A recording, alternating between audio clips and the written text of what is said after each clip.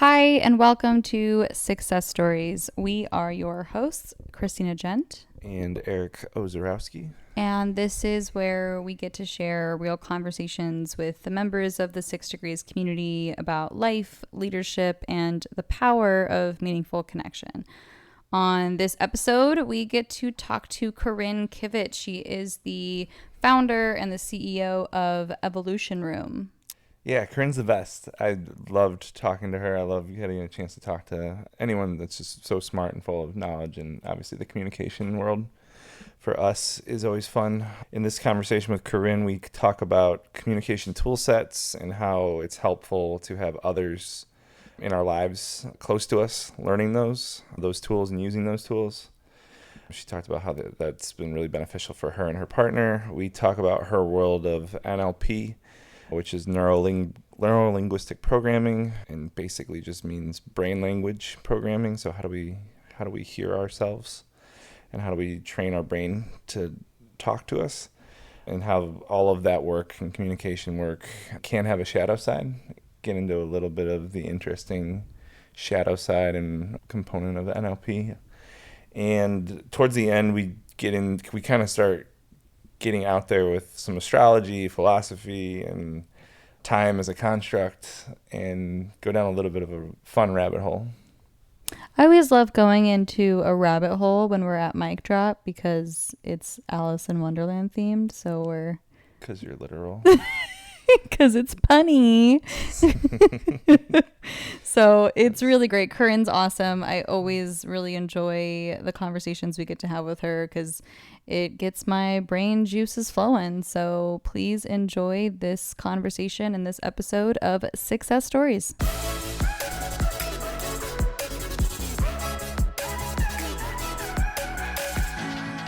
So we just had Casey, who owns Mic Drop. Shout out to the fact that they have opened a third location and are like about to, like 4 and 5 are like on, like they're like on, you know, conversations. That's rad. It's crazy.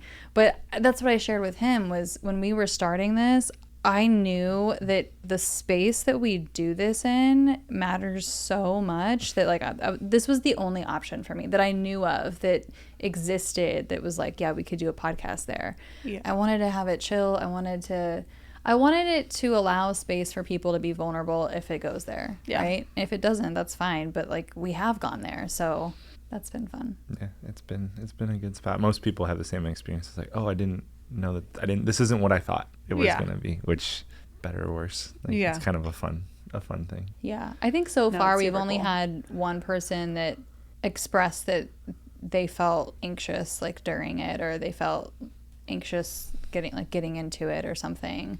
But most other people that we've had on have been like, oh yeah, this was great. I've had people be like, I'm going to be a little bit nervous, so yeah, can we crack open something? Yeah. I do feel, there is something about just having the microphone on, you know what I mean? Yeah. Like, you know, it's funny how it does that. I mean, he's gone through, like, I feel it right here, like automatically. Yeah? You know? Yeah. Okay, so all right, let's go there for the check-in. Yeah.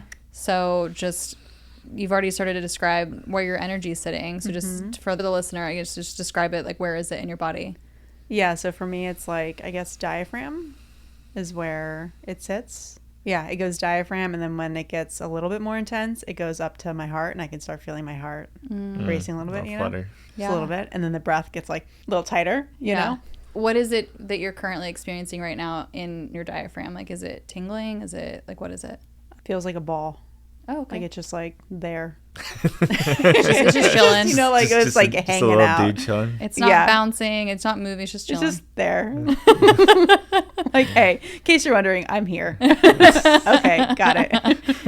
And it's kind of like the density of I'm not going anywhere, but I'm just gonna be here. Be here for Sometimes we'll gravitate, but we're gonna be here. Might float up a little bit. Yeah. I'm feeling it. I think it's just a little bit higher than you. I don't know. Is this just like the bottom of rib cage type? Well, ribs can keep, I don't know. It's that like might be right. Sternum? Is that sternum? Bottom of the sternum. I'm feeling it, but mine is tingling. Chest plate. Why? Which is why I asked if it was tingling, because I was just like, why am I tingling? I haven't even had a sip of wine yet. I don't know. It's tingling.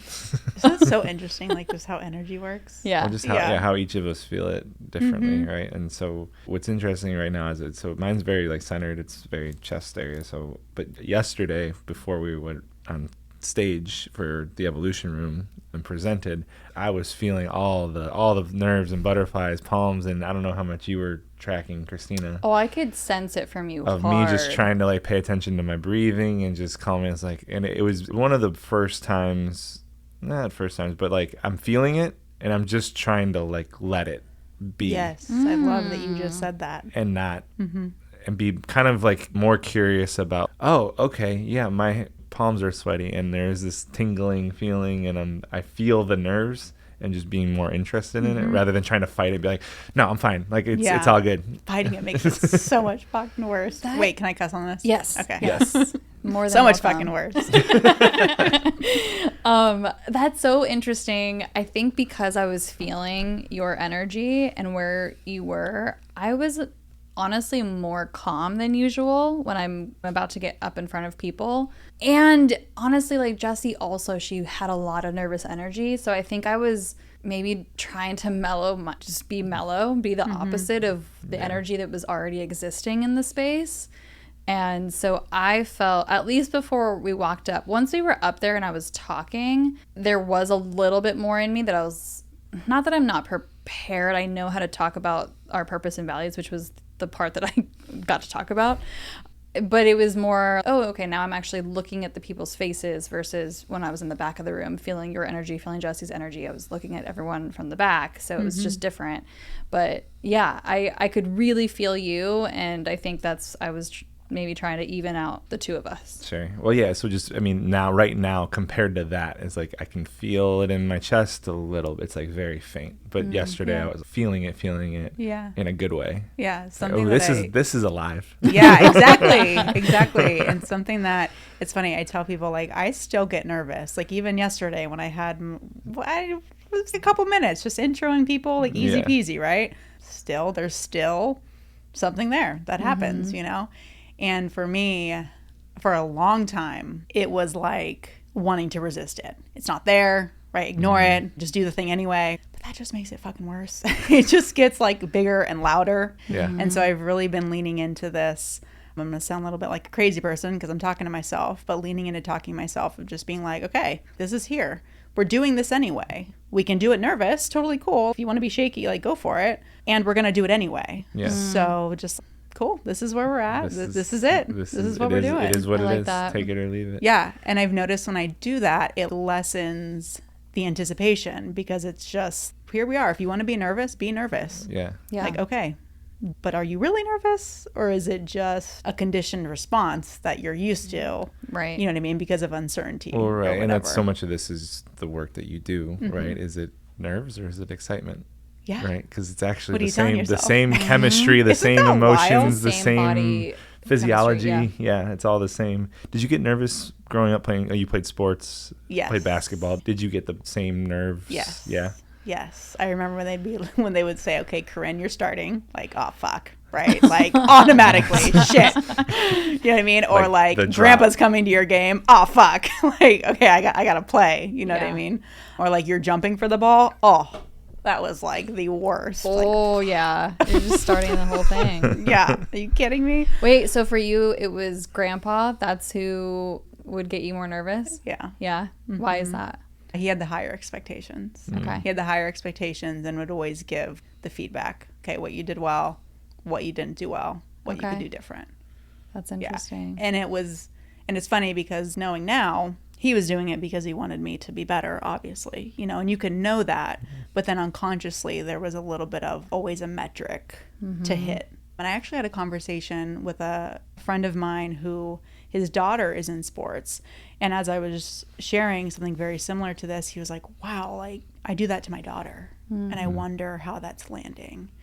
And I just said, yeah, like I get what he was doing, obviously. Yeah. And sometimes you just want to hear, you did great.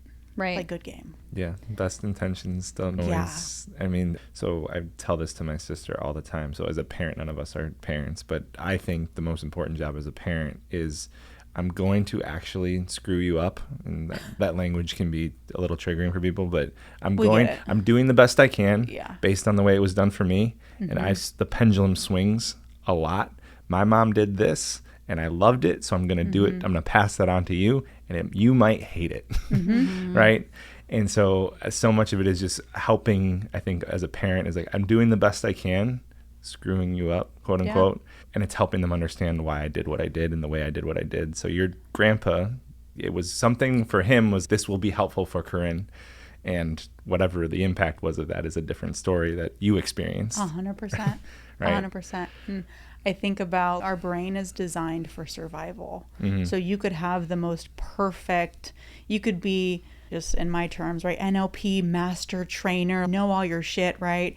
And your kid could still somewhat be a little, quote unquote, screwed up because your brain is designed for survival. So it's going to try to protect itself, right? And create those things so that way it can protect itself. So well, it's just that the screwed up part is the human.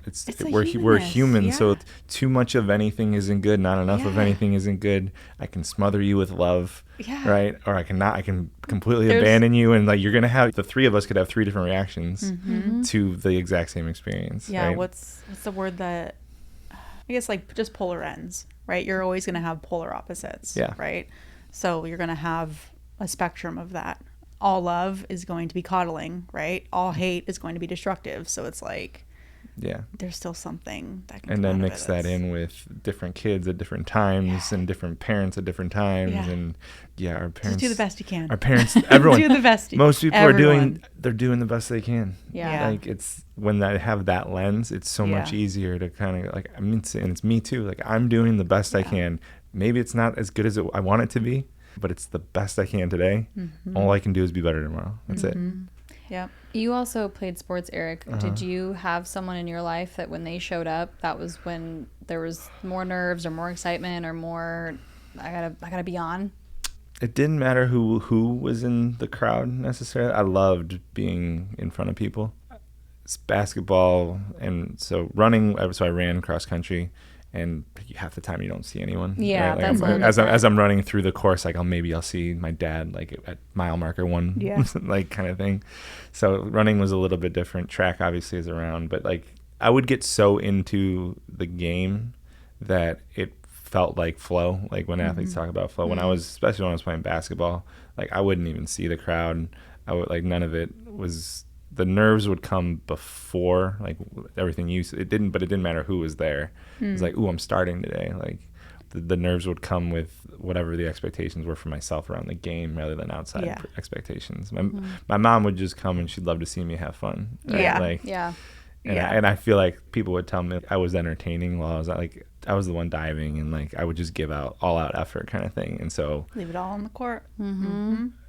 Specifically my grandpa, I remember him talking about his whole thing was rebounds, and he's just like, don't worry about the points, just defense and rebounds. That's how you gotta make games. That's how you gotta make your mark. Yep, 100%. Box out. Get those amazing rebounds. So at one point he was paying me like $1 per rebound kind of thing. Oh hell yeah.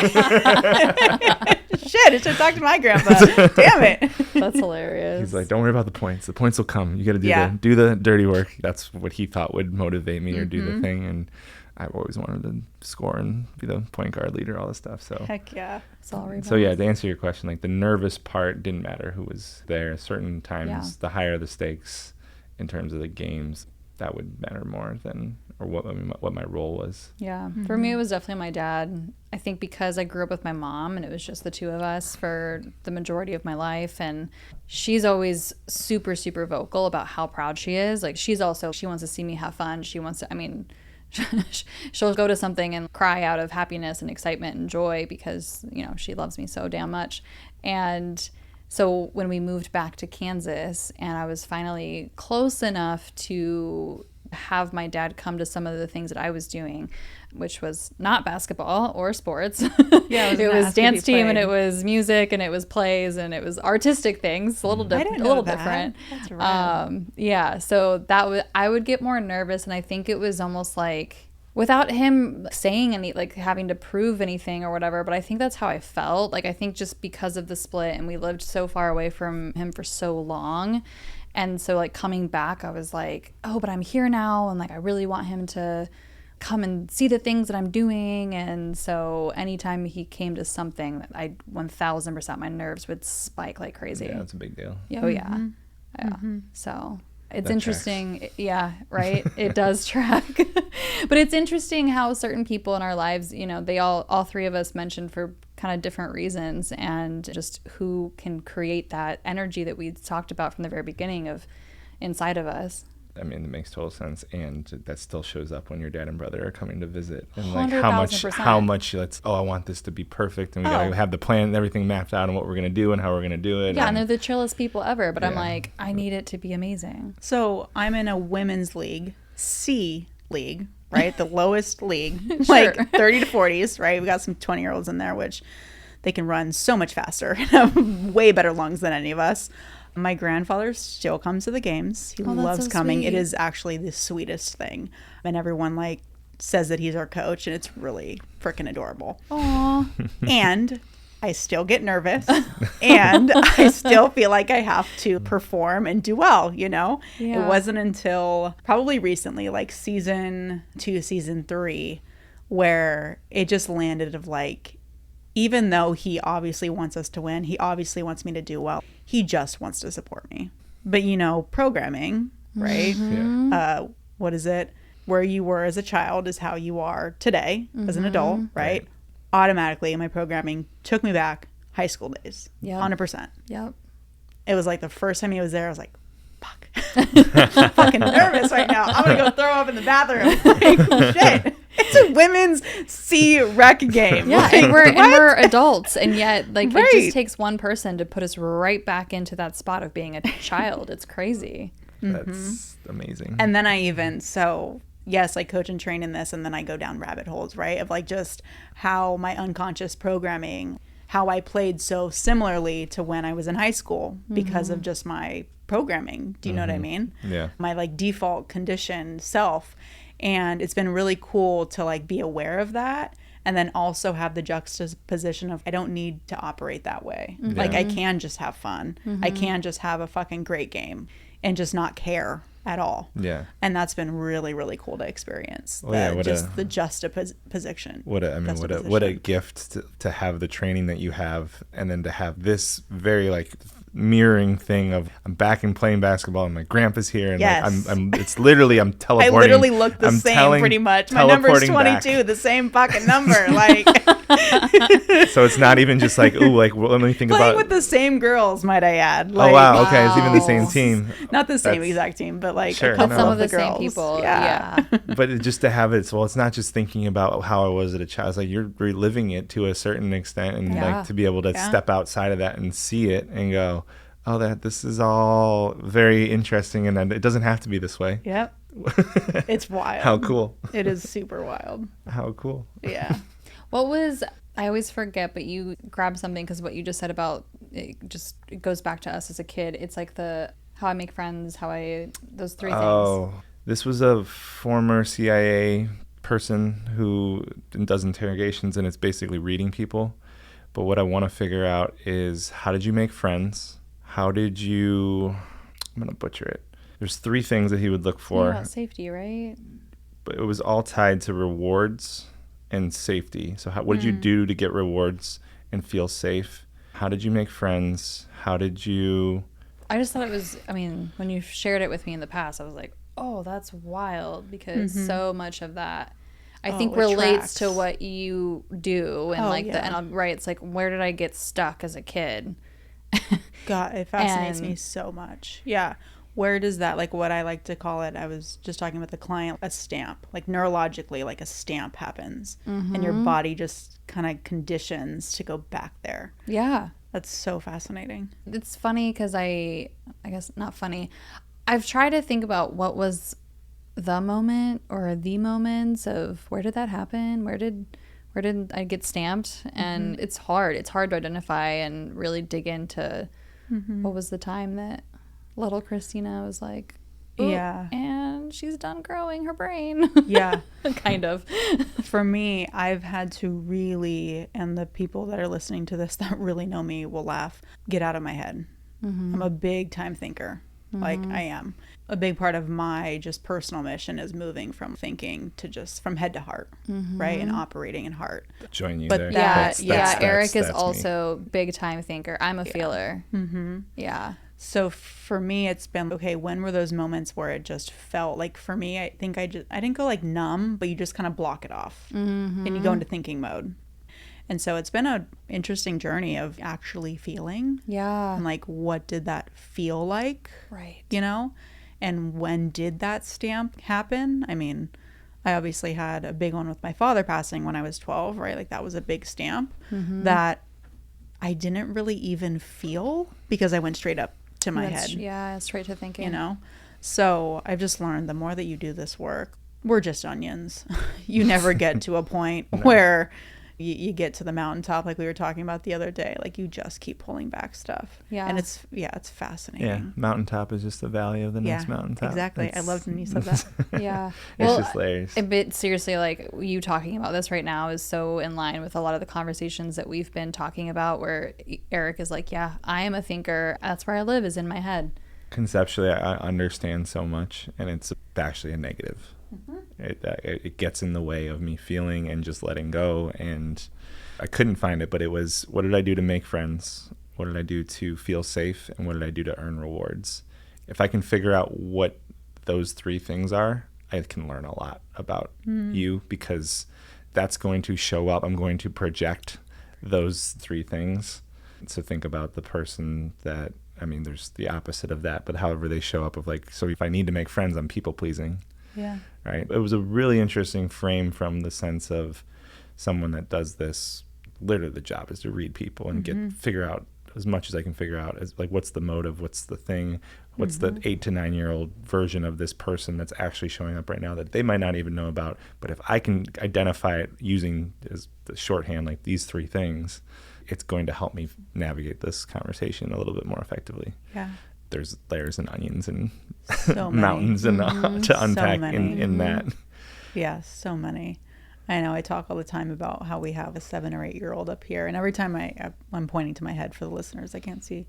Every time I say that, people are like, what? Like, what are you even talking about? Yeah. You know, when we really do. And I think it can be so easy to get caught up just like in life and all the stress that we have of stuff. And at the end of the day, we just have a 7 or 8 year old operating our life that runs 95% of our life. Yeah. You know, in that programming. Yeah. Right. Unconsciously without even really realizing it. Yeah. And I feel like something that I talk a lot about in trainings is there's no judgment to it. All of us are doing unconscious shit that sabotages us, gets in our way. Like, we're human. You're going to. There's no judgment to it. Let's just figure out what the frick it is, so that way you can move past it, or that way you can evolve it, or whatever. Yeah, I think it was with you the first time I heard, or at least the first time it resonated, the safety thing of, our unconscious, our bodies, we don't like the change, we don't like the things that are pushing us out of the comfort because we're trying to protect ourselves.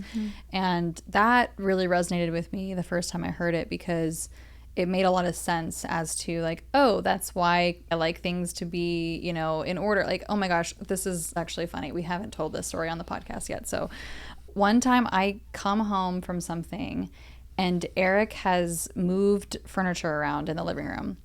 And I walk in and just immediately, like, my body reacted so strong.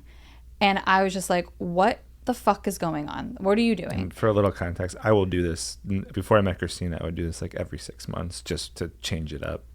Yeah. Like, yeah, very playful. Yeah, I've done that with very my room. playful. Yeah. Like, I just need a. It's chill. Whatever. Let's just flip some stuff around a little bit here. Like, he's not like, Christina's gonna hate this. He had no idea. But very innocent. He found these like shelves on the street somewhere that were being free given away, and so he was like, these look great, I'm gonna bring them home. So now where do they fit, and how do I make them fit in our space? And so to be fair, these are like very nice shelves. I just nice. Don't pick stuff off the garbage can. No, they were not like gross. Was great for that. I would have bought them off. Went down a dark alley. I would have bought them off like Facebook Marketplace for like $500, kind of like. Yeah, they were really nice. They've got like some cast iron stuff and. Okay, yes, you've defended your shelves. I'm not a trash panda. I'm not a trash panda. You are not a trash panda. So when I felt it and I reacted, I just immediately reacted. And he just, understandably, he's just like, what is wrong? I've just moved some stuff around. It's not like it's gone. In that moment, I didn't even realize exactly why I was having the reaction. And then because we have been doing a lot of trainings with you and with Rudy, and I was able to, at least a few hours later, it took me a minute. Like I was legitimately, I don't know if I actually shed tears, but like I was there. And I was able to realize, okay, I am somebody who has been moved around so much. As a kid, I was moving to different locations. I was, my mom and I we moved to different cities. We moved to different apartments. We moved a shit ton. And of course, as a kid, that's not something that's in my control.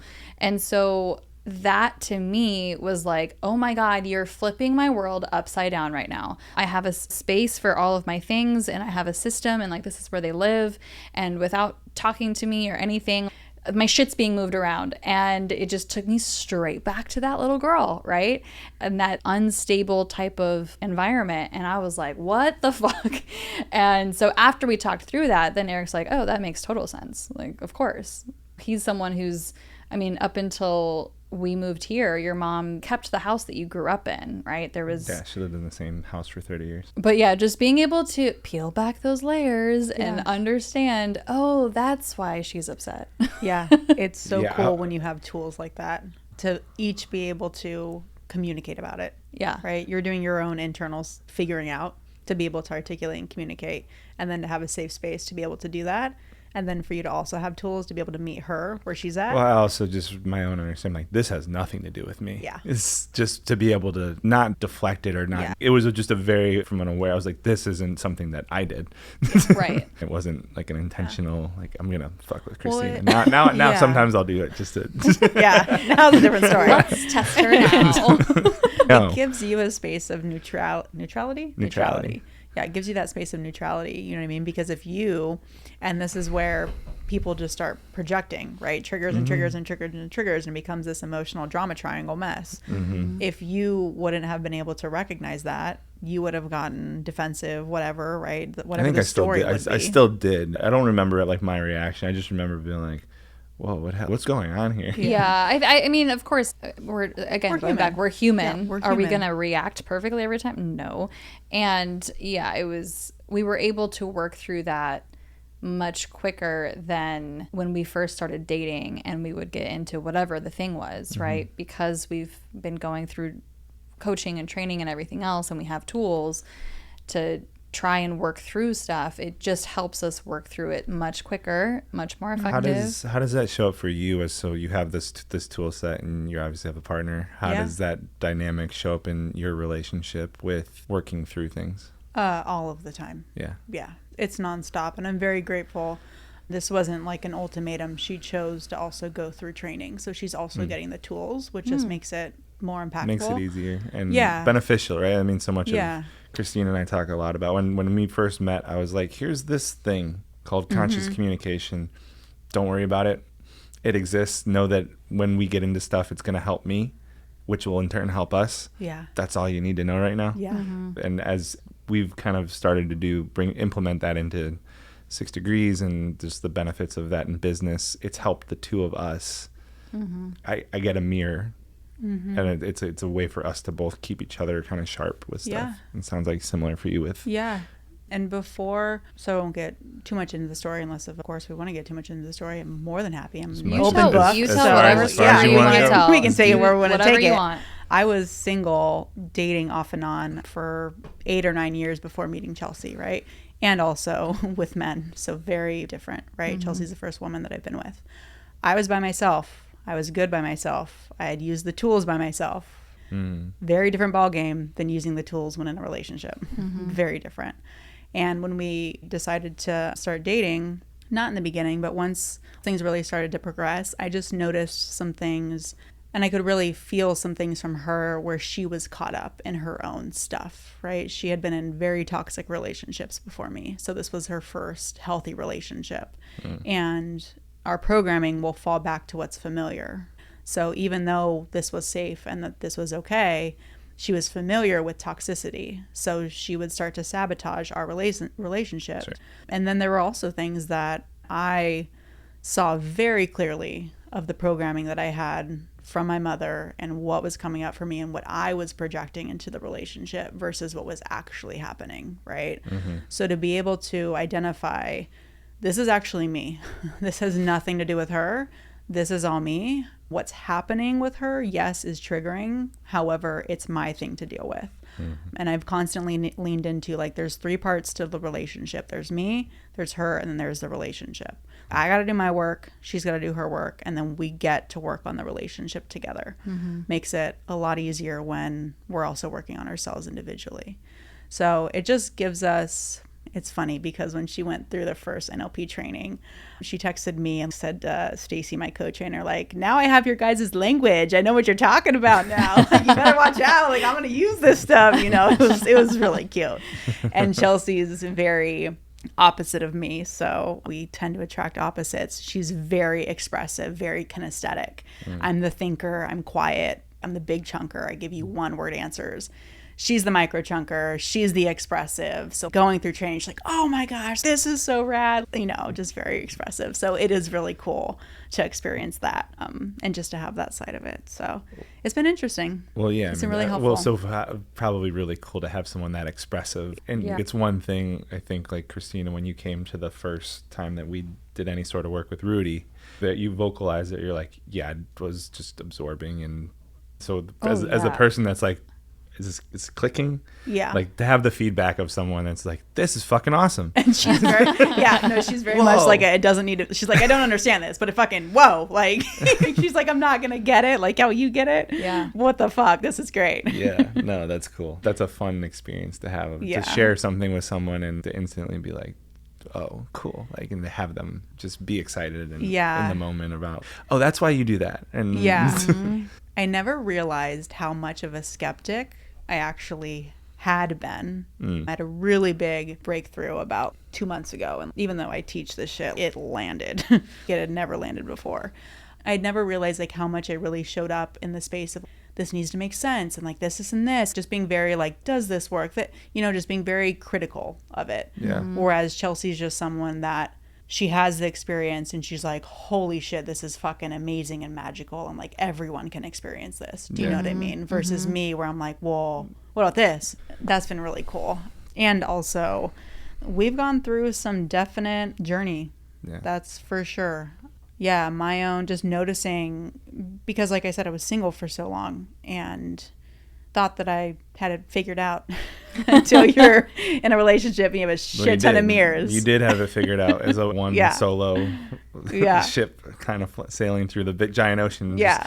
There's nothing to crash into. Yeah. And then anytime I'm irritated at her, I'm like, the only thing I can only see in her what I see in myself. So fuck, what about this is about me? You know what I mean? The whole time. So yeah. What's my role in this? And it's a really powerful place to play, and to have a partner that's doing the same thing is like, that's where growth really fucking happens. Yeah. And I think also it helps me have so much more grace. I was thinking about the story that you just told. Chelsea's dad passed away last year very suddenly, like within 5 days, massive heart attack. And it gave me the grace to be able to step back and just witness what she was experiencing and what was going on, and kind of know that it's not me, like you said. Even though I might be impacted, it's not me. You know what I mean? She's going through it. Exactly. Yeah. Exactly. And just super grateful that she's even open to tools to be able to shift it. Yeah. You know? I'm sure that was tough to experience, and to good positive that you were there, able to be there in whatever capacity for her, and have enough self-awareness to support in a way that made sense and to the best of your ability, right? Yeah. I think this still really tough. The whole journey from dating men to now dating a woman to being in a relationship, let alone now it being a woman. Do you know what I mean? Very different also. So I've been testing my tools a lot since dating her, that's for sure. All right, they're sharp. What's next? Let's dull them up on the next thing. But it's been amazing. If it wouldn't have been for these tools, I don't think that I ever would have even been open to attract Chelsea. And I truly feel like she is my person. I mean, we've been together for technically 2 years in September, so that's not a very long time. Yeah. However, I do feel like, you know, when you have your person. When you know, you know. Yeah. I mean, you've been dating for longer than what it took for us to get married. Yeah. We met each other and then we're married within 13 months. Christina moved in. She kind of Well, within sideways. It was like, I'm going to Vegas. My lease is up. Can you watch my dog, and can I just like park my stuff here for a little bit? It's not exactly how it went, but it's not how it went at all. And it's hilarious every time he says that, because what did you think I was gonna like? He's like, yeah, you left to Vegas and could have never seen you again. I was like, what? Do you think I was gonna just move to Vegas all of a sudden? Like, I don't know what that means. I didn't know you that well. Yeah, Eric's over here like, I don't know. That is really funny. I don't know. So yeah, when you know kind of thing. It's real. People talk about it. I've experienced it. It's fun when you know. Yeah, it is. And it's also fun to like grow and evolve together. Well, and it's interesting because I think so many people have probably gone through that, where it's like when you know, and then it doesn't work out. I think part of it too is people, I hope, can understand that there's some people who, yeah, it is the right person for me at this time. Yeah. For this amount of time, and that's what that person was for. They were here to teach me something, or whatever the thing might be. I know that there's plenty of people who are like, yeah, when you know, and then that doesn't work out, and so they can get caught up in that. But it's no, I did know, and I knew really for that time in my life. Part of it is like, do I know? When I know, is it more of this is the best it's ever been, right? And it's just been a track record of toxic, and this is the first time it's not toxic. That doesn't mean it's the one. It's just better than everything I can compare it to. And it's like, oh, this is different, and then I confuse that with, I know that this is the one. Yeah. Right. I guess maybe I don't know that there's just like the one. I think when Eric and I met, I very much felt like we had known each other in a past life. For both of us, we were like, this is so strange how much I feel like I know you after. There's a knowing. Like there was, like in my body, I could feel energy, that kind of thing. So it gave me a different perspective on what soulmates means, because in my mind, a soulmate is like this is just like a one person, and that's it, and it's the one. And that opened my mind to like, oh no, soulmates can exist in a lot of different ways and in a lot of different relationships, and could have come across these souls in different lifetimes in all different ways. And so it just changed my perspective to, it's not that there's just the one, it's no, this is someone who I really know that you're a person that I want to do this life with. And especially now, I think because of all, like, we're talking about tools so much, and I think that's a really big part of it. I think there's been stuff that we could have gone through at this point that we didn't have those tools and we didn't have ways to work through it. And I don't know, what would our path look like at that point? I mean, owning a business together it can be fucking hard. And there have been some really low moments, and we've worked through all of that. And so I guess I don't think I resonate as much with like the one. Yeah, I'll retract the one. I actually don't believe the one. There's the one. It's so much of relationships is, how am I going to make the person that I'm with better, and how are they going to make me better? Yeah. And if I can see that, there might be something here. And the one, in terms of that person right now, and it might not be forever, because nothing's really forever. So agreed. I misspoke when I said the one. Sure. Not necessarily. There's like people come into your life for a reason, season, or lifetime. Yeah, and we want certain people to be something that they're not. Yeah. Right. We kind of, you're this, whichever one of those categories. I kind of make up this story that's what it is, and it's like, no, that's not actually how it was supposed to be. Yeah, and like Christina, when you said for right now, in this moment, like this person fits here, we're constantly evolving and growing. Yeah. So you can easily, I mean, if you choose to, actually, we're not constantly. I am. I'm sure you two are, right? Some people choose to not grow. But that growth component is so important to me. And that's something that I did, say to Chelsea early on. My company name is Evolution Room. Like, it is on brand for me to be evolving all of the time. Yeah. And I'm constantly, how can I influence my evolution? That's where I'm constantly at. And so I can't be with someone who wants to be stagnant. Like, it just won't work. Like, it's going to be very hard. It's not going to work. It'll kill you, literally. Will kill your relationship, eat one of you. And your environment is so important. Yeah. And I've gotten very clear of, like, your one job here is you, taking care of you. So I'm never going to sacrifice my life for someone else. So that evolving and growth point, that's her choice. Do I hope that she chooses that? Yes. And she has been, which is amazing. That's why we've been growing together. You also can't expect your person to do that, you know? Right. I can't try to change you. Right. And then, and there's also if someone needs to change in order for you to love them, do you really actually love them? You know? No, I mean, the answer is no. I love the idea of what you could be. Yeah, exactly. Right. Exactly. And then again, it's the mirror again. Yeah. Right? I love the idea of who they could be because I love the idea of who I could be With them. Yeah. with With the person that doesn't exist. Yes. Exactly. Isn't that crazy?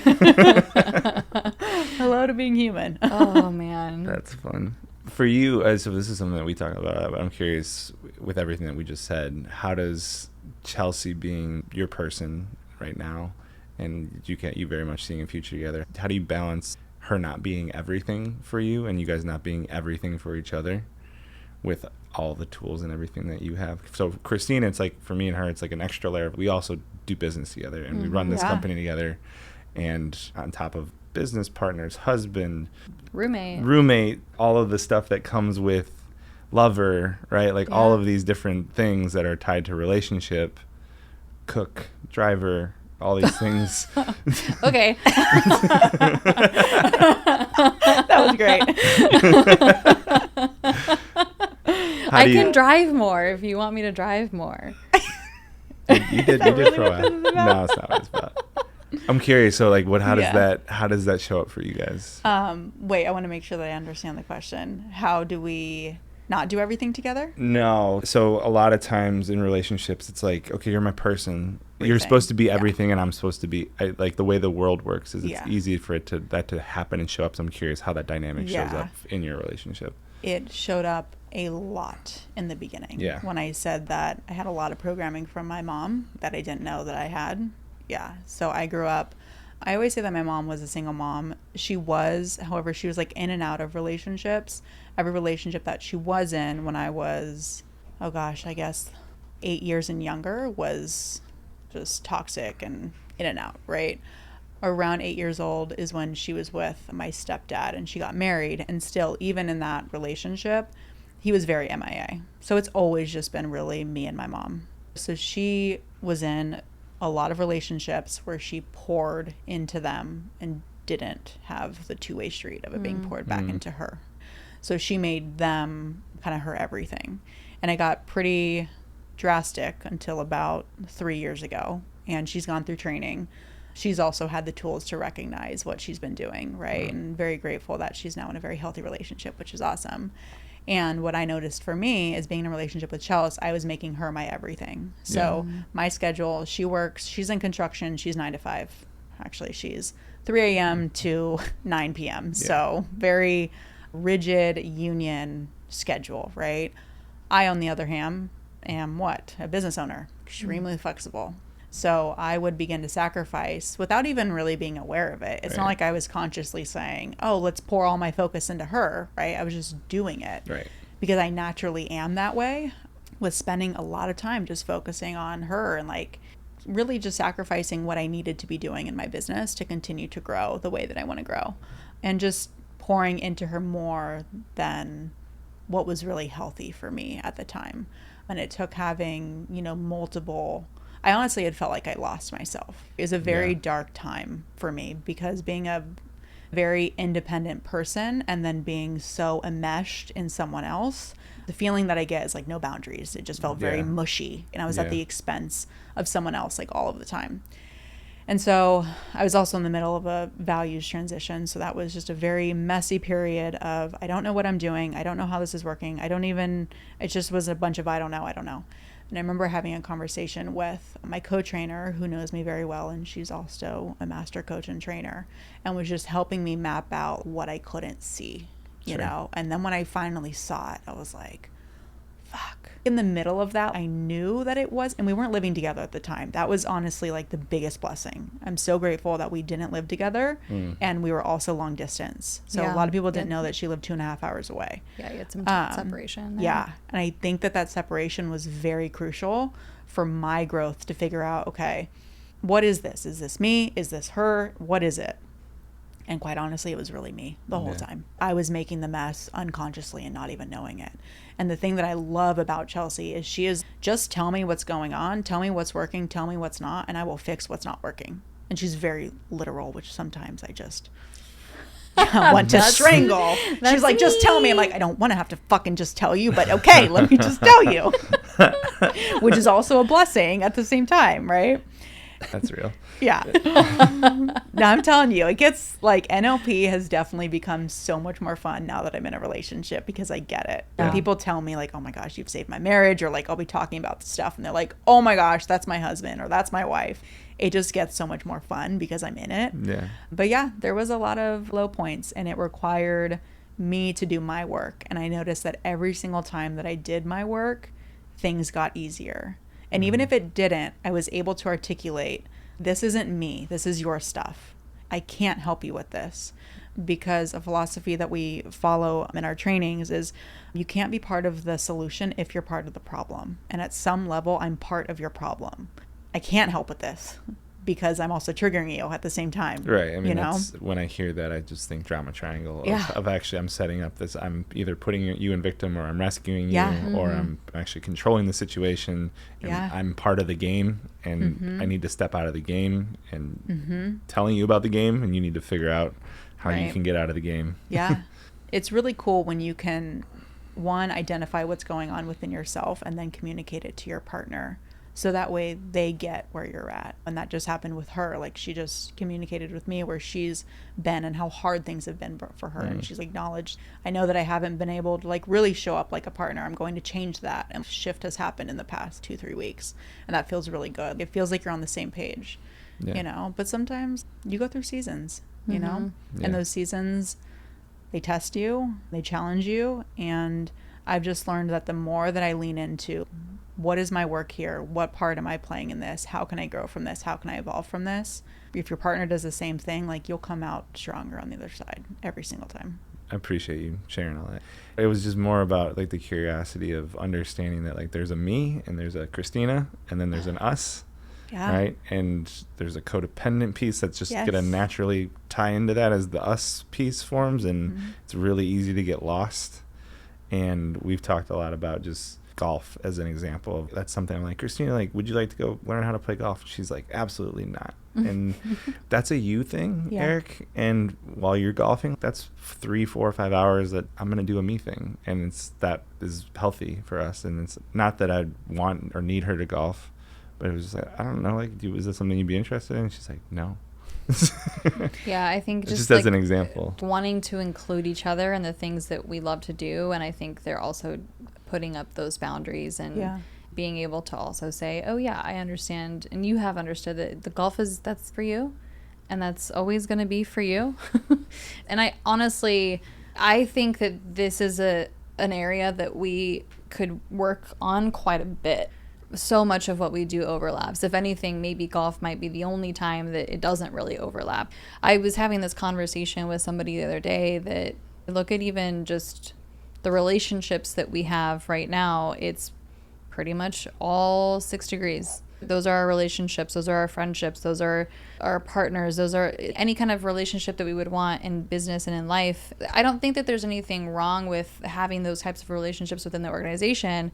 I think that we just need to also have other things, other avenues, other whatever, right? I think part of what we are needing to work on is investing our time and energy into other spaces as well. I also think that's part of where we're at, even with the hiring piece and being able to take a little bit more off of our plates so that we can have a little bit more of our time back to go do other things. So yeah, I think that's just, I think, where we're at. I think it's also hard when you really enjoy being with your person. I know, You right? know what I mean? Like Yeah. you enjoy one another's company. So it's coming up for me was the exercise that you did yesterday, right? Regarding relationships and your top relationships in business. It does require a level of intentionality to have that separation. Because otherwise, especially if you enjoy just being around one another, you're going to end up being around one another Yeah. all of the time. And it's just goes back to the you don't know what you don't know. And then you kind of start to get snarky at each other, right? For some unknown reason. You just didn't spend too much time together. Like, that's it, you know? Well, we have some of the most stimulating conversations with each other. That's the thing is he's my favorite person to talk to because we can talk about stuff that I don't really get to that with other people. And not to say that it never would. It's just, I don't know. It's just part of our dynamic. And so, yeah, our conversations go places where I learn so much about myself, about the world, about him, about everything. And I'm like, yeah, I want to talk to you. Our relationship, we moved to a brand new city, didn't know anyone, started this business as a way, obviously we want to help people and connect people, but it's a way for us to build community here. Whether you're part of 6 Degrees or not, most of our relationships just happen to be part of 6 Degrees. Yeah. But I mean, intentionally by like, these are the people that I want to hang out with. Yeah, absolutely. And I agree wholeheartedly. These are the people that I want their businesses to thrive. And these are the people that I want to go to watch a baseball game or whatever the thing is. Right. And we've talked about this a lot, where this business, it's a lifestyle built around a business rather than a business built around a lifestyle. Yep. Right. And so, yes, we could use a handful of people that aren't directly involved in 6 Degrees. And at the same time, like anyone I meet, I'd be like, yeah, but how do we get you in? Because Right. I want to spend more time with you. Because just kind of the nature of the way it works is it's built in time together. Yeah. Right. Yeah. And we have Very so many true. people that have come through and love them, and like they kind of graduated, they got what they needed out of it. And it's just like, I'm just bummed I'm not going to see you every month or on a quarterly, whatever the cadence is. It just, we've kind of baked that into, okay, you're part of it. You're going to be around great people, and same thing for us. So yes and no to, I guess, needing more people outside of 6 Degrees is kind of yes to the boundary part. Yeah. What are you saying? Are you both extroverted, or is one extroverted, introverted? What would you guess based on what you know about us? You both lean towards extroverted. I feel like you could be a little bit more introverted. Yeah. But I think the introverted is just you being in your head and needing time to be in your head. That's spot on. Yeah, I'm pretty sure that's spot on. Honestly. So if introvert, extrovert is getting energy. And it's also a spectrum. Like, let's just... I'm not an introvert or extrovert, black and white all the time. It's in this setting with 3 people versus a bunch of people. I'm going to show up differently versus if that room is a bunch of strangers versus the room is my family. I'm actually going to show up differently. So if there's a spectrum, and there's also the environment that matters of how I show up as an introvert and extrovert. Very true. Yeah, I definitely show up more as I get energy from being around people. So I'm more of an extrovert. And there are times, Rudy, in a conversation he called with you him out the other day, of when I'm not around people, and then if I'm in my own stuff and I'm in my head too much, exactly what you just said, I turn into a screaming introvert and need everyone away from me, when the thing that'll actually help me the most is to be around people. So I'll push everything away. I would say Chelsea leans more towards that too. Yeah. Extroverted, and when she is introverted, when she gets quiet, I know that there's something going on. Do you lean more extroverted? Yeah, I think so. I think the only times that I want space, I think it actually comes from being indecisive, because there's been multiple examples where, so if Eric is gone for the weekend or whatever, and my default is I'll usually just stay home and listen to music and drink some wine and just kind of hang out. And I actually think that what I probably want to be doing is to be out, go out and meet with people and friends and stuff. But the having to make the decision of where am I going, what am I wearing, what am I doing, all those other factors, I think weigh heavily on me getting myself out of the house. I would be on the opposite spectrum. I'm definitely more introverted. Yeah. There's 3 other territories that align with the work that I do: Orange County, St. Louis, and Vegas, and I'm San Diego. And those 3 ladies are very extroverted. And they said something like, building this business sure will turn you into an introvert. Like, it's, especially if you're building it from networking, speaking, right? And I was like, yeah, try being an introvert and building it, right? Like, try starting there. Yeah, try starting there. So yeah, I definitely fall more towards the introverted than extroverted. Tell me a little bit more about those territories and like how long they've been around, and because this is newer for you. Yeah, so Orange County is the longest. That's where Stacy's at, that I co-train with. Pivot Point Advantage. I got my training underneath of her, and then her daughter Kiana, she's co-training with her, so eventually she'll be taking over the company. But she's been training for less than a year now with Stacy. So is this kind of like a coaching tree? So we all went through Stacy's training. Got it. Okay. And decided to align with her and just brought in the training. So this is all our own companies, right? Evolution Room's my company. Right. It's her knowledge base and content that we deliver in the training. Got it. That's why I said coaching tree. So like Stacy's the head coach now. you guys all have gone And to have your own. businesses from that. Okay. Yeah. Got it. Yeah, Okay. so we all get to grow our own territories. So I've been doing this since I went through in 2019, trained and certified 2019, launched my company January of 2020, live in-person training company January of 2020. Yeah. I think in Vegas, I think Amber's been doing it for 2 or 3 years, and Darlene is actually the longest. She's been partnered with Stacy for probably 6 or 7 years. Okay. Okay. Yeah. I'm just curious if there's any like way to compare like how it's going. If you all went through the same thing together. It's a great question. And it's also really cool because we all have the same training, so we can kind of fall back on our tools if someone is struggling, right? How do we support? How do we help? What is actually going on? And I would say, just like with any business, success is measured by growth. How many people are coming through training? How's the company growing? It is training focused only, right? Because the only commonality that we do have is training, right? So it is focused on NLP. The thing about the 4 of us, and naturally it may grow. Stacy might get more territories. That's her choice. However, the 4 of us are basically like family. So Sure. we get in the weeds with stuff and we help one another and things like that. I would imagine it's kind of like its own little cohort. Yeah, of, exactly. We went through this thing together, and I'm sure you talk on a regular basis and use each other as a sounding board and work through whatever is going on. Yeah, and it's really great because, I mean, Stacy's a 7-figure business owner, so she used to own multiple 6-figure, and she's been doing this for 30-something years. So for someone like myself, who never started a company before 2020. My first introduction to entrepreneurship was a global pandemic, doing live in-person trainings, right? Leaned on her shit ton.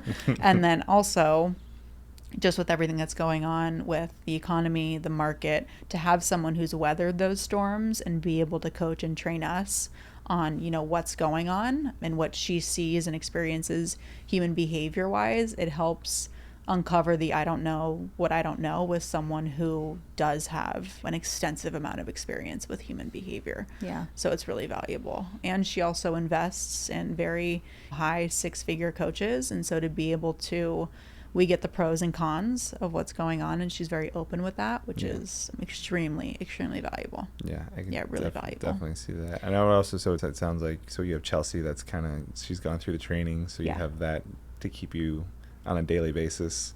You have this group of people that are, again, know the tools, using the tools at different levels, but that helps and that supports the ongoing learning and practice. Right? Yeah, so I also go up to Stacy's training. Sometimes I'll go up to Amber's because Vegas is always fun. Yeah. But I go up to Stacy's trainings regularly.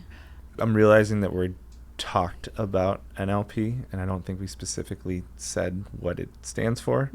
For anyone that doesn't know what NLP is or has heard of it, been through it, skeptical about what it is, what's your like succinct single sentence, couple sentence version of like, how do you explain what NLP is and what it does for someone? Yes, so it stands for Neuro-Linguistics Programming. Neuro is neuroscience, linguistics is language, and then programming is basically the programming that we have that creates our results. So NLP is the science and study of human excellence. We like to say it's the science and study of success, and the way in which we teach it is also sales because we tailor it to business owners. So it's basically the operating system. If you think of a computer, a computer has an operating system. Yep. So it's just learning the operating system that's created your today and your now. So the idea is, if you can go in, just like with a mechanic, right? If you have issues with your car and they start doing a new paint job rather than dealing with the engine, nothing's really going to change the car if the engine has issues, right? So NLP, we're going into the engine and the operating system to update it. So that way you can start getting different results. We tailor it towards career and money. However, how you do one thing is how you do everything. Yeah, so it's life skills, very universal. Like we talked about. Christina, I don't know if you saw, it just reminded me, the way the mechanic example, did you watch what I sent you last night at all? Any of the little clips? You have to remind me what they are, because I don't know. There was one that I sent you specifically about this comedian, 30-second little thing about how he started going to therapy, and the first couple sessions were really great. And he's compared it to being he's like, what I thought is it was for the prices I was paying, I was going to a mechanic. When I bring my car into a mechanic, they fix the car. And what it turns out is what therapy is, it's more like IKEA. And they tell me what's wrong with the car, and how fucked up the car is, and that's all me. There's a line that I toe, and Yeah. I don't want to step over it because a lot of therapists really don't like what I do, unfortunately. What's the knock, or what's the reason that NLP gets a bad rap or therapists are against it? Okay, first and foremost, I can only come from my own map of the world. So what I'm communicating is just from my map of the world. Yeah. They go through years and years of training, and then some coach comes in and says, I know NLP and I can do better, quote unquote, than Sure. what therapy does. That's what I can see on the surface. What I do know is that we've had a therapist go all the way through in our trainings, and she got extremely upset that she wasn't taught these materials. Because for those that don't know, NLP is a therapy-based model. Basically, Bandler and Grindler in the 70s created NLP because they recognized that talk therapy doesn't work. Okay, you can know that you have a problem. You can know where the problem comes from. You can talk circles around the problem. However, knowing about the problem, having the awareness of the problem doesn't actually shift the problem. So what they did is they studied certain therapists that were getting incredible results with their clients, and they took what they were doing with their clients and built out modalities, and that is what created NLP. So that's a trail of techniques that help people shift, and it comes from a therapy-based model. Well, I'm sure you're familiar with the studies, and I don't know them specifically, but there's been studies about how therapy and me just talking about the thing is actually this cycle of perpetual stuck in talking about the thing. Yeah. And it doesn't get solved because I'm actually talking about the problem, Yeah. right? I'm sharing what the problem is. And it can be helpful in the beginning to have a place, to safe space to vent and have the conversation. And at a certain point, all I'm doing is talking about the problem, and my world is the problem or the problems. Yeah. We talk about in NLP, we don't ask why, which it's funny, I get a lot of kickback on that. Yes, Simon Sinek, why is important. Okay, I'm not saying that why isn't important. Reason why is, instead of asking why, we ask what's the purpose. Because when you ask yourself why, you tend to get a story, you tend to get reasons, you tend to get the problem, right? And if you just keep dwelling in the problem, the easiest way to explain it is if we were going to, let's just say there's a tree in your front yard that you don't want anymore. If we're going to pull the tree out, it's going to be a heck of a lot easier to pull the tree out of the ground if the roots aren't very deep.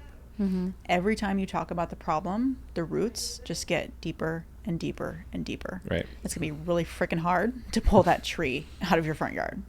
So we ask, what's the purpose? Because every behavior that we deploy has a purpose. Sometimes when people hear that, they're like, my sabotage doesn't have a purpose. It does. In what way is that serving you? What's its purpose? How is that serving you? Because it is. It's the gain. It is actually serving me. It's protecting me. It's making me feel safe. The why is the story of where it came from. Yeah. But it's not actually the purpose of it. So that's an interesting reframe of that question. Well, yeah, because I mean, even back to our most recent coaching call with Rudy and the weight that you, Eric, have been carrying around, and then getting sucked back into carrying that weight. And he basically said that it was like, yeah, because that's where you're comfortable. You're comfortable pulling yourself back into that because that's what you've been doing for a long time. So that's what my body, my subconscious is going to keep pulling me back to that place, because this weight has been lifted of it's not all my fault. So what Christine is kind of alluding to is I had this pretty, your words, breakthrough, very big breakthrough, just kind of my own stuff of, so I'm not enough is a very core, not true truth. And then the other one that kind of tied to that was it's all my fault. There was a freeness that realized like, oh shit, I'm not enough, and because I'm not enough, it's all my fault. And when it's all my fault, I'm not enough. And it's just this really vicious, I had half of it for a very long time, but probably about 20 plus 25 years, that's how I've been operating. And it shows up in so many different ways. So the conversation that Christine is alluding to with Rudy is to everything that she said. It was like, yeah, like of course you're going to kind of quote unquote relapse. It's going to feel good for a little bit. It's not like you figured, it's not you and me are conceptual people. It's like, cool, I figured it out. And then all of a sudden my body, energy, all this stuff is, yeah, but this is way easier and this is way more comfortable. So we're going to stay over here. Yeah. Well, what also happens is, so NLP is the programming, right? In our advanced trainings, we deal with emotions. So what happens is your emotions get entangled with that programming, right? Yeah. So even though you can know different, Right. you still get pulled into the feelings because the feelings are still there, right? And it's like an anchor. So then once something happens, you can know to respond differently, get that pull, it can suck you kind of back in. Yeah. I like to say the emotions is like either the fuel or like the glue. It can create that stickiness, you know, and it'll pull. That's what happened to me on Monday. So I learned this on, it was like, you know, this is all brand new. So it was like a week and a half ago. It was like, oh shit, here's this giant light bulb. Cool. Conceptually. So rad. So freeing, Yeah. like this Oh, deep so rad. sigh. So like, liberating. Like oh my gosh, unbelievable feeling and release of just a little bit of bliss. And then within 5 days, Monday comes, and Monday morning, it's just like all of it just creeps back in. And so the other kind of in this conversation, I've kind of been feeling this, but so you mentioned this really powerful place to play around in a relationship dynamic of like, what's my role? But as someone that constantly goes, it's all my fault, asking what's my role and carrying that weight is actually kind of a slippery slope for me. I mean, that hits home for me. I don't know what it is. Maybe it was my mom. I don't know where this came from. I've typically been a very understanding person. I don't know what it is. I don't know if it's just this go with the flow thing. I have this ability to just understand where someone's at and be, let me just give the example rather than a hypothetical with my dad. My dad was in and out of my life. I think deep down, was I upset that he wasn't around or that he would say that he would come around and he didn't? Like, yeah, of course. However, at the end of the day, I was also just very understanding at the same time. Yet deep down, there definitely was this, oh, it's my fault, right? I'm not good enough. And maybe if I was a little bit different, maybe he'd come around, you know, things like that. Yeah. So that definitely resonates and hits home. When you're the overly understanding person and you always give people the benefit of the doubt, and then you are always like, okay, but what's my role in this, right? It's like, yeah, It's a very, constantly. very vicious cycle. Yeah. Sometimes it is on them. You know what I mean? Right. Like, even that is, so there is no fault. Is That's part of very it's true. part of the learning is like, Very true. it just is, right? So yes, I can influence things, I can show up differently, I can do stuff, but it's unfolding the way it's supposed to. yeah. And it's not my fault. It's not Yeah. your fault. There's ownership and accountability in place here. And the fault, the guilt, the shame, all of that stuff, which is the ball of things that this turns into, doesn't have to be there, kind of thing, right? So Yeah. It's the art of being human. From my perspective, having him experience this breakthrough last week and then coming to Monday and seeing him go backwards, I was like, wait, from the outside looking in, and I end up feeling really helpless. I'm like, how do I help? What do I do? I don't know. What's the thing? And I know that it can't come from me. well, yeah, as someone that your whole thing is, your growing up was chaos, and so control is really important for you. And to not have control over me and my emotions is, and what I'm going through is whiplash was like what it felt like. It was like that's the really big swing and the opposite of what I experienced 5 days before. Didn't figure it out, brain. There's some other stuff here, body-wise, feeling-wise, emotion-wise, spiritually, conceptually, cool. Yeah. Yeah. That's the head to heart, right? Head to heart. Yeah. People talk a lot about the body keeps score, right? The I've emotions. listened to chapters of it. It's been on my list for a long time, and I keep getting reminded of it. So yeah, as much as I love NLP, when we get into the emotional work, I really love it. As much as a conceptual person that I am, I love it because of just how people feel afterwards. You can't make sense of it because it doesn't make sense. Feelings don't make sense. You know what I mean? So when you clear that out, it's just things just become more neutral. But yeah, feelings, they're not logical. Yeah, they're not feelings. logical. So it's like it's a different part of our brain. Yeah. I tell people all the time, I'm like, Jose last night, he like walked in, he's like, whoa, there's a lot of people here. And your accelerator was huge too. I was like, I know, shift has happened, man. I had a breakthrough a few weeks ago. When shift happens, like it happens. And I said, I teach NLP, we do the emotional work. I toe the energy line because I love energy and I'm super spiritual. Yeah. But I'm like, you can't fucking make sense of energy, but that shit works. Like, I don't know what it is, but it fucking works. We're all just electricity. That's right? it. Which is just energy. There's a lot of science to the whole conversation around like NLP, coaching, therapy. It kind of gets bucketed into, even self-help is a version of it, but it gets bucketed into like seeing a therapist and how 20 years ago that was a negative thing. It's like, oh, you gotta shrink. You gotta shrink. Oh Even yeah, still today, I was having There's a lot of conversation with there's a friend. stigma, which is just so interesting because and there's so many different methodologies. Find something that works for me. I mean, Yeah. I love the name Evolution Room Thank so you. much. If we're not growing, we're dying, Yeah. right? And if we're not evolving, I'm dying. Yeah. So Or you're repeating, Yeah. you know, Groundhog's Day over and over again. my favorite holiday. Yeah.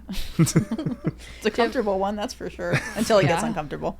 Do you ever refer to it as like the ER because it's evolution? Sometimes I have, yeah, but not like intentionally, you know. Anytime I've texted you about like, or it's so much easier to just go, like to abbreviate it, and then I think the first time I said, I was like, oh, the ER. Oh, okay. Like, where's the I fun probably way to could. play there? Yeah. What popped into my head right now is I think of Denver, so it's the River North area is Rhino, so it's like Evro or something where like you can play around with different stuff with Okay. Evroom or I don't know. We're on to something. I like I'm here for it. I'm into all that stuff, so I'm here for it. Well, this feels kind of a complete place to, Yeah. yeah. As a reinforcement, then where's the energy now? Has it moved? Is it still a Oh, ball? yeah. It's not even there. It's gone. Yeah, totally gone. What happened with it? Came and went for sure. Like there were sticky points of just relationship stuff. Like that's new to talk about. You know what so I mean? just say a tightness. Yeah. Yeah. Yeah. Like I wonder what people will think about yada yada. You know, where the ego goes for sure. Yeah. What Chelsea will think if she when Yeah. she listens. And I also, you know, want to be respectful of her, so I don't share. I share without sharing. You know what I mean? Sure. Yeah. Yeah, of course. I think there's levels of confidentiality with certain Yes. people in certain places, and this is obviously going to be public. So, yeah, of course. Yeah. So it came and went. Went to other parts of your body, or No, it's just gone. It's just gone. It's lighter. Yeah. How about you? Yeah, I'm not really feeling something in particular in one spot. I don't really have. I'm having a hard time, I think, pinpointing where energy is sitting in my body right now, which isn't a norm for me in this space. Yeah, I definitely. Mine didn't move much. It's still kind of centered, and it's been very kind of grounded. Tells me that this was a really productive conversation. So. Yeah. No, Yeah, this was really great. It was fun. I mean, every person that we have on, it goes in different ways, and this reminded me a little bit more of when we had Rudy on, because just the coaching component, right? And the three of us have language and knowledge around different things that we said tools probably 53 times on this thing. How about drinking game? Listen to this and drink every time we said tools. Yeah. So to me, I felt that, and it was interesting too, the difference between how it was with Rudy versus how it was with you today, how Eric showed up, which was different, right? There was a little bit more triggering and things that happened. I mean, if you ever like go and listen to that episode, it's quite interesting because he goes through a journey, and it is, even through just listening to it, and you know, I can feel it, right? So today was different. I felt like we got to still talk about a lot of the things that we would talk about in a conversation with someone who's a coach, and it didn't kind of go off.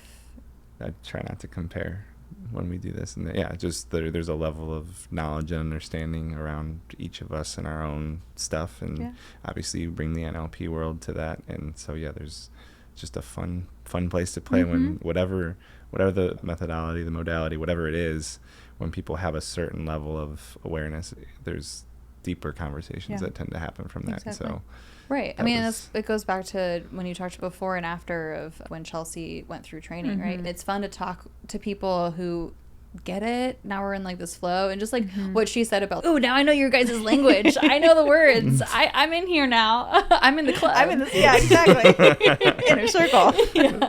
Yeah, it's fun. Yeah, and she gets FOMO bad, so she loves being a part of the inner circle. She's I'm- not good with FOMO. no. Same. Oh, mine is like FOMO so JOMO, joy of missing out. Yeah. A little bit. That's the introvert in me, you know. Yeah, That's funny. that's Oh, fun. I'm FOMO so hard. I'm a Scorpio though, so I'm the observer. Yeah. You know. I don't know anything about signs. No. No. Are you big Do we Right. want to even open up that rabbit hole? My goodness. Are you big on science?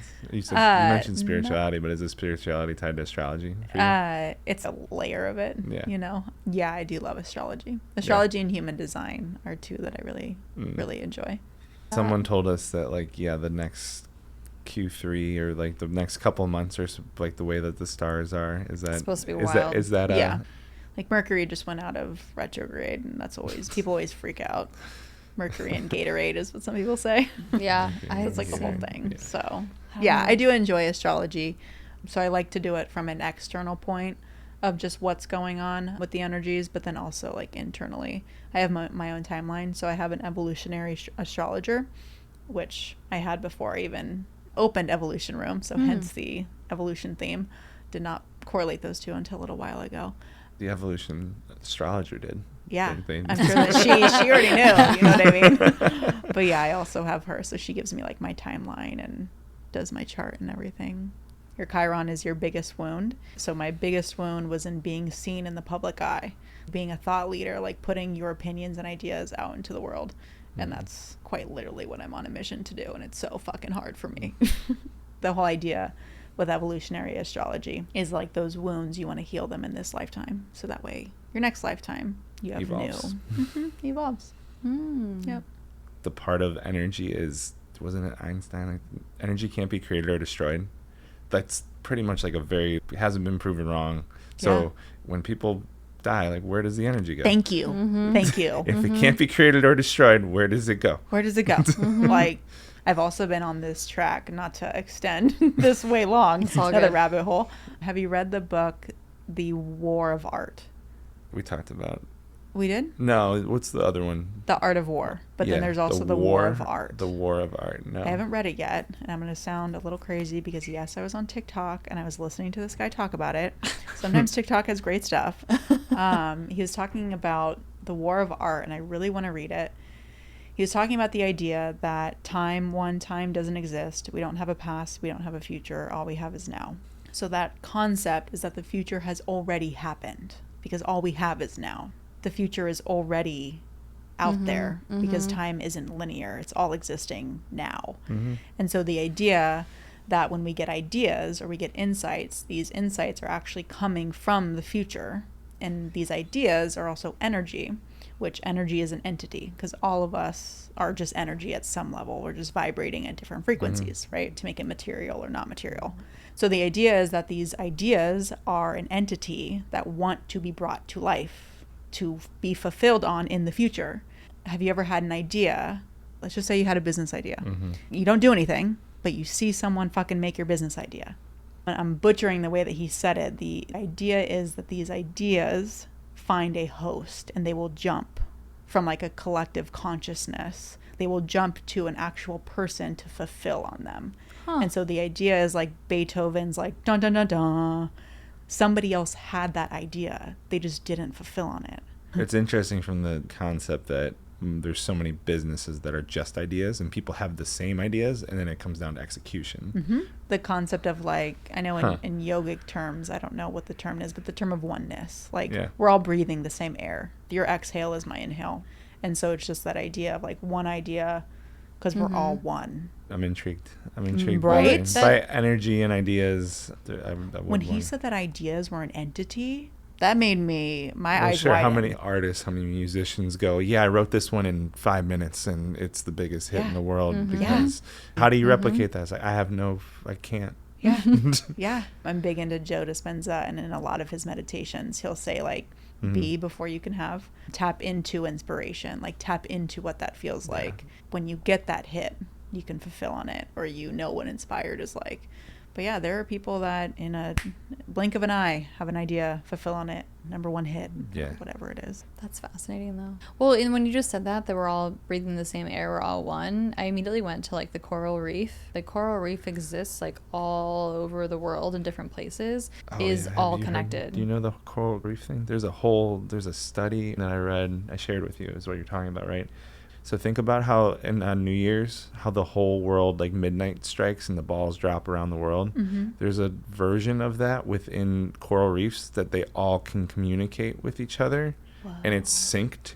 I forget the exact what it was, but they figured out that, like, they took part of the coral reef, moved it, and it still experienced the thing that would have happened to it if it was part of the thing connected to it's all connected. whatever the synchronistic. Yeah, my brain went two ways. One is like, if you've ever heard of the 99th monkey syndrome, scientists were feeding monkeys sweet potatoes in this rural area to see if they would eat the sweet potatoes, and no monkey ever picked up the sweet potatoes.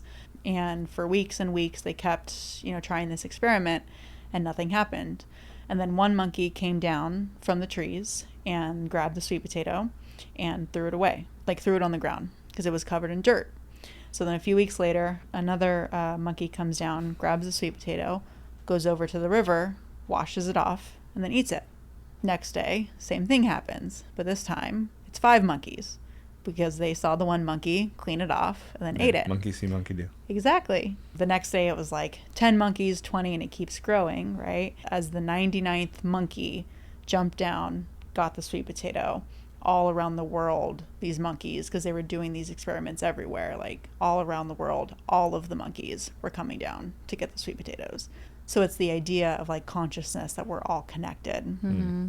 The second way that my brain went was with, have you seen Last of Us? Yeah. With the fungus? Yeah. Part of The Last of Us that's fun to me is like, it's a real way that zombies, it's a version of zombies, but it's a fungus-based zombie kind of thing. Yeah. That's a little bit more realistic than... Yeah. Because And then that fungus does exist. And then I think It about The does. Simpsons, that predicts pretty much everything. Yeah.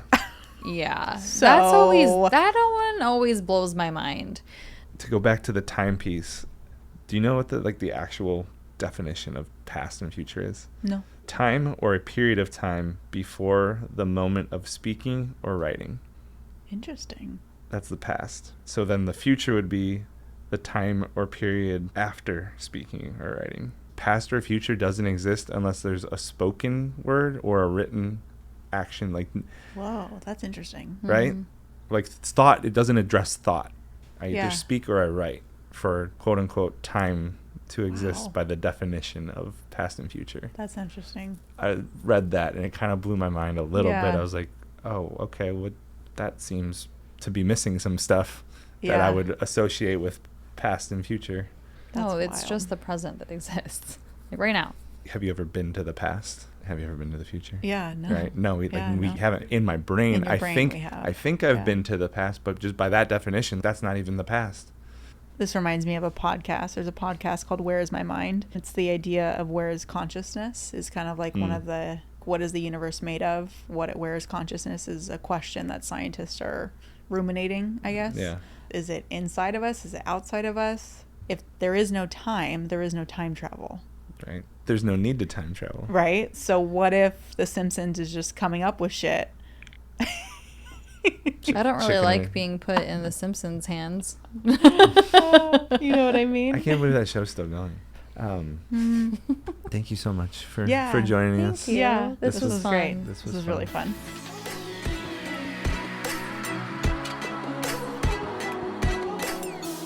Let's get into a deep dive. Do you wanna dive in? Sure. Okay.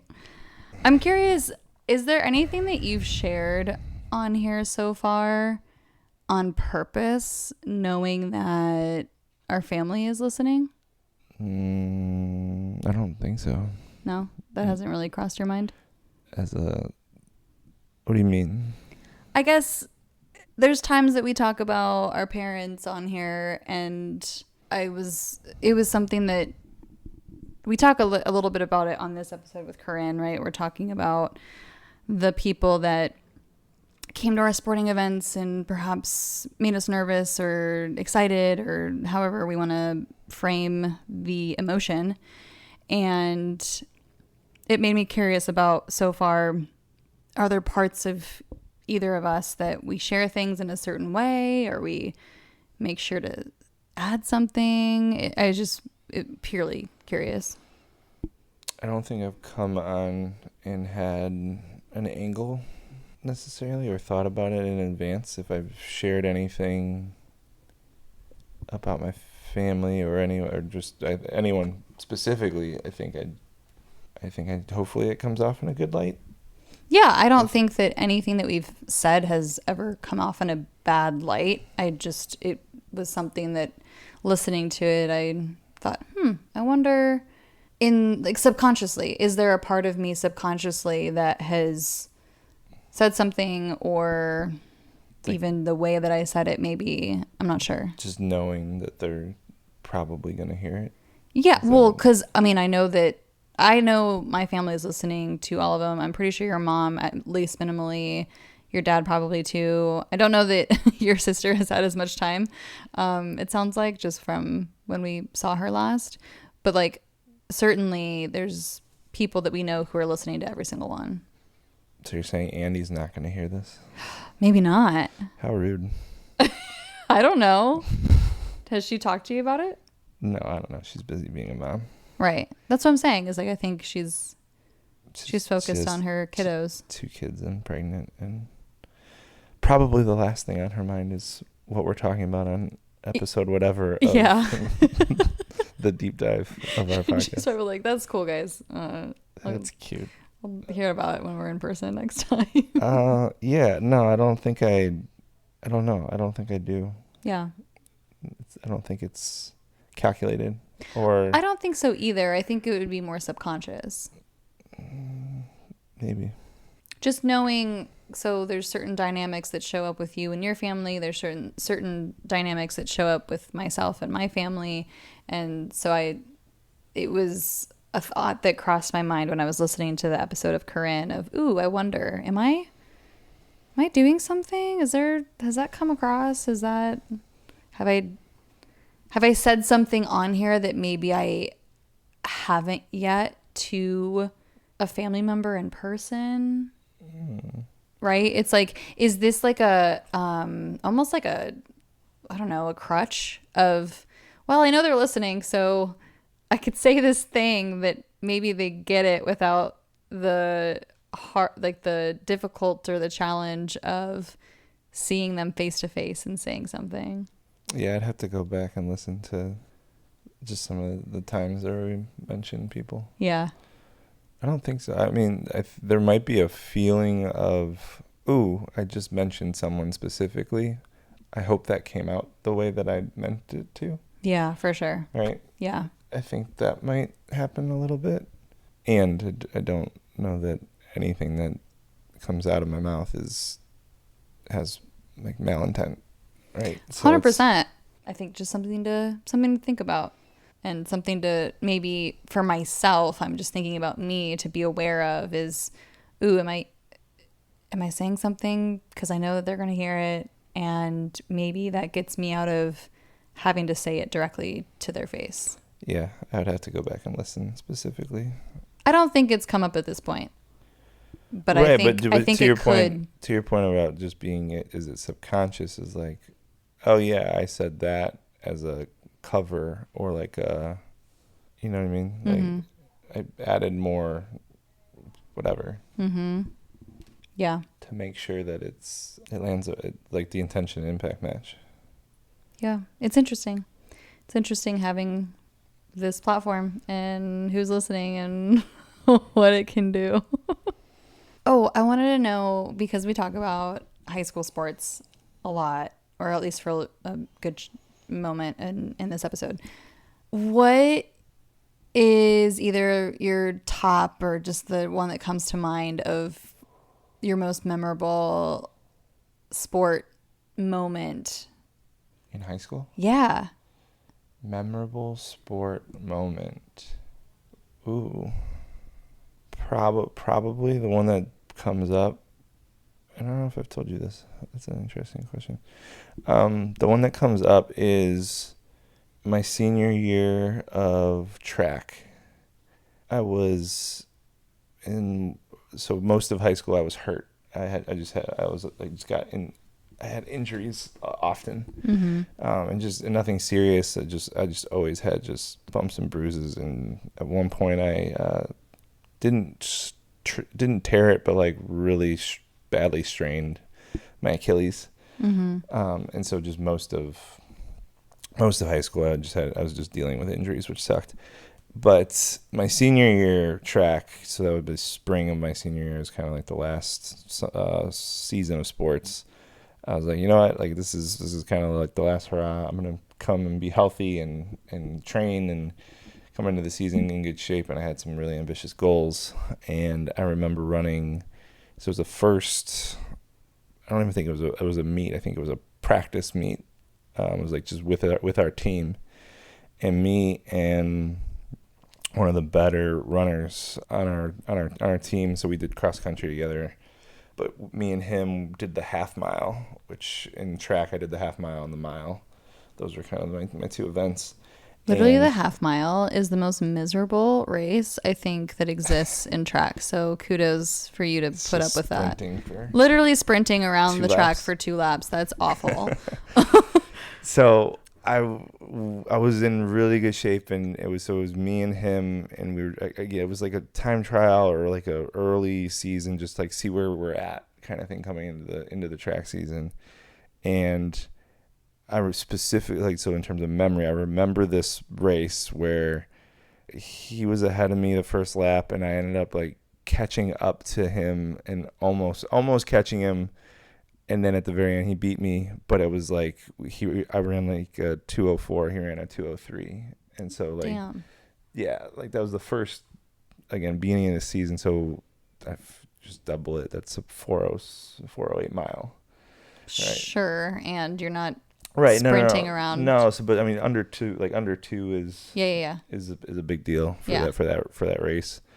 And I just remember that moment of like almost catching him and just like being out of breath and exhausted and like smiling at him and like, I'm fucking coming for you kind of thing this year. I was like, I almost fucking had you. And there was going to be just a really fun kind of competitive nature to that season. I think the next day I went and I played basketball, and I landed on someone's foot, and it was a really bad ankle roll. It basically fucked up that entire track season. I came into school on crutches and walked into my coach's, like, he was downstairs, and I had to like make my way downstairs in the basement of the high school. And so just in terms of memory, I just remember walking into his room again, like one of the best races I've ran in 4 years. He's been my coach for 4 years, kind of know for both track and cross country, and him just looking at me like, are you fucking kidding me? My first thing Monday morning. To say he wasn't happy would be an understatement. Yeah, and I'm sure. That was my most memorable high school track moment. And then the other one, a little bit shorter, was just I played AAU. I got decently good at basketball, and one summer I played AAU, played against like Jordan's kid in AAU, and we got significantly better, improved really well over the summer, like coming into my junior year. Or no, that was coming into my senior year. You just brushed over that. Did you say you played against Jordan's kid? Yeah. Jeffrey. We're the same age.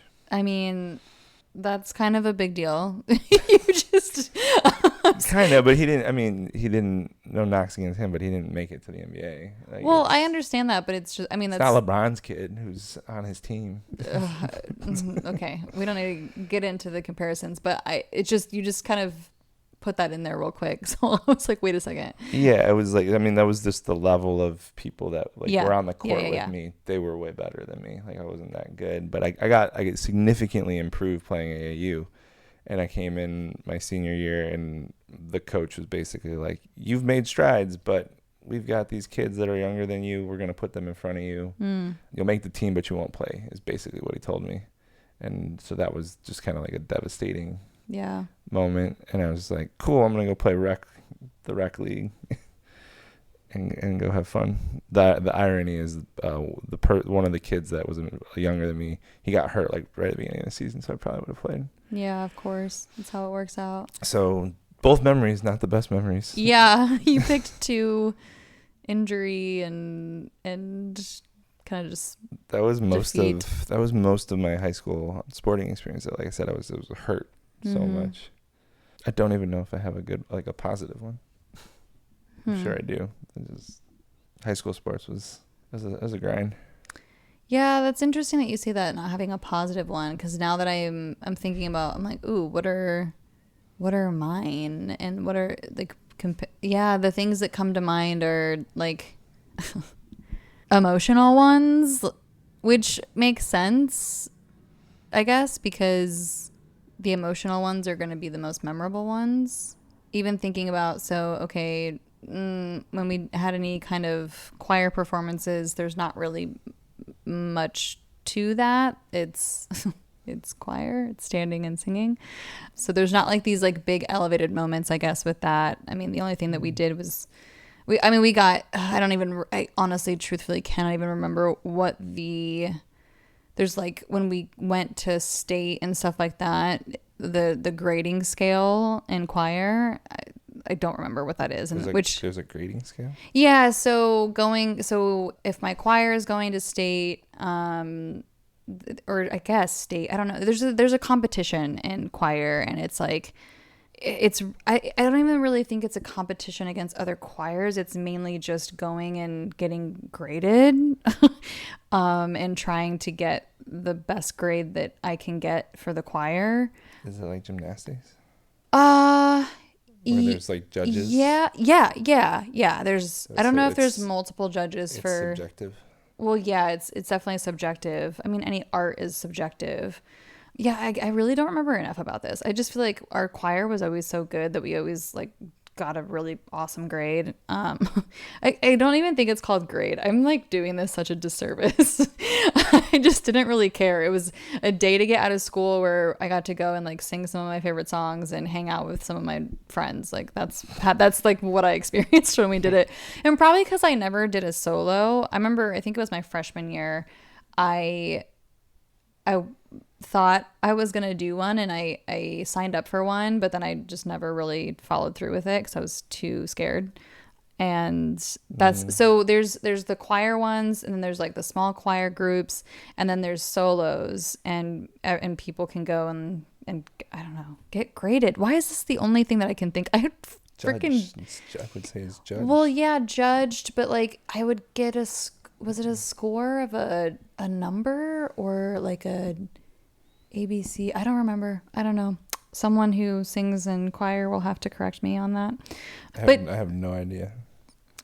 Yeah, well, because you were never in anything music related. How do you know that? Right? Were you? No. Exactly. I was not. But yeah, I guess for me, I think the most, when going back to just like the nervous feeling and these memorable moments, dance team was that for me. Because even the musicals and plays that I was in and that kind of stuff, it wasn't as much of that feeling, but the dance team for sure. I will say this. So looking back, I definitely was in dance team more for the expression of it. So tying into my theater degree and acting. And I definitely was very almost like flirtatious with the crowd, right? So many people. You had cheer sex? Eric. No. No. Was that from Bring It On? Yeah. She's Yeah. having cheer sex with the crowd. Or him. With him. Yeah, I think it's. What are you talking about? That's what I'm picturing when you say that. No, it wasn't sexual. It was more like fun and flirty and cute. So thank you for that image. What I was gonna say is that so many people would tell me that I was the one that they really loved watching because of how like my facial expressions would show up. So it was less about, because I was probably one of the worst as far as the technique goes, landing any of my turns, or like I was the least flexible and whatever. But I think I was probably one of the most watched ones on there. So that just goes to show. And I mean, it just plays right into me wanting to go into theater, right? I was like, oh, that makes sense. I was acting. Spotlight. Give me the spotlight. Yeah, until I have to improv, and then I will run away. Christina, give me the fucking spotlight, Jen. No, I don't like that. That's not fun. It's funny, just the conversations around high school and the things that are memorable, and we've talked about it so many times how everything in that time seemed like the biggest deal ever. Oh my gosh, it's life or death. It's not. It's such an imaginary, manufactured world. Yeah. Right? Like there's a schedule, and there's these different classes that you go to, and I'm just with people that have the same last name next to me.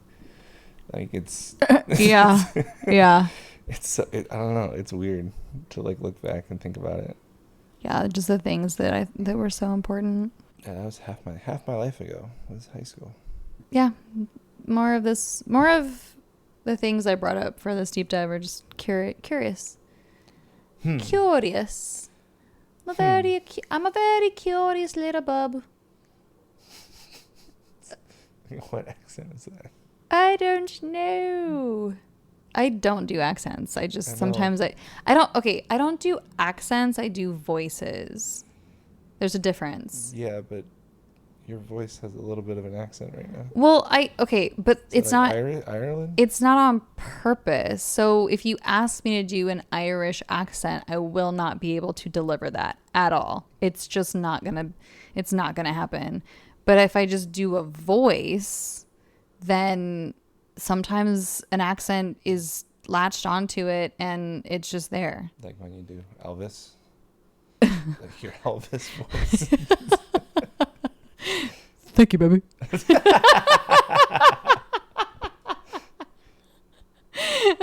with the little hand wave. I don't even know. It was Thank you, baby. Thank you very much. I don't know. Sometimes. Good one. I haven't done my Russia. Well, no one's called me from Russia in a long time. But when people Your spying days are over. Yeah, my spying days have ended. But when I was getting calls from Russia, I would just pretend like I'm answering it, and that was a very intense voice that Christina had during those days. Not like my little bub though. Well, put her there, bub. Put her there, little bub. Put her there, bub. My little bubbies. Bubbies? Bubby. My little bubs. Isn't that a name for grandma? Is it? Bubby? Bubby? Is that from like...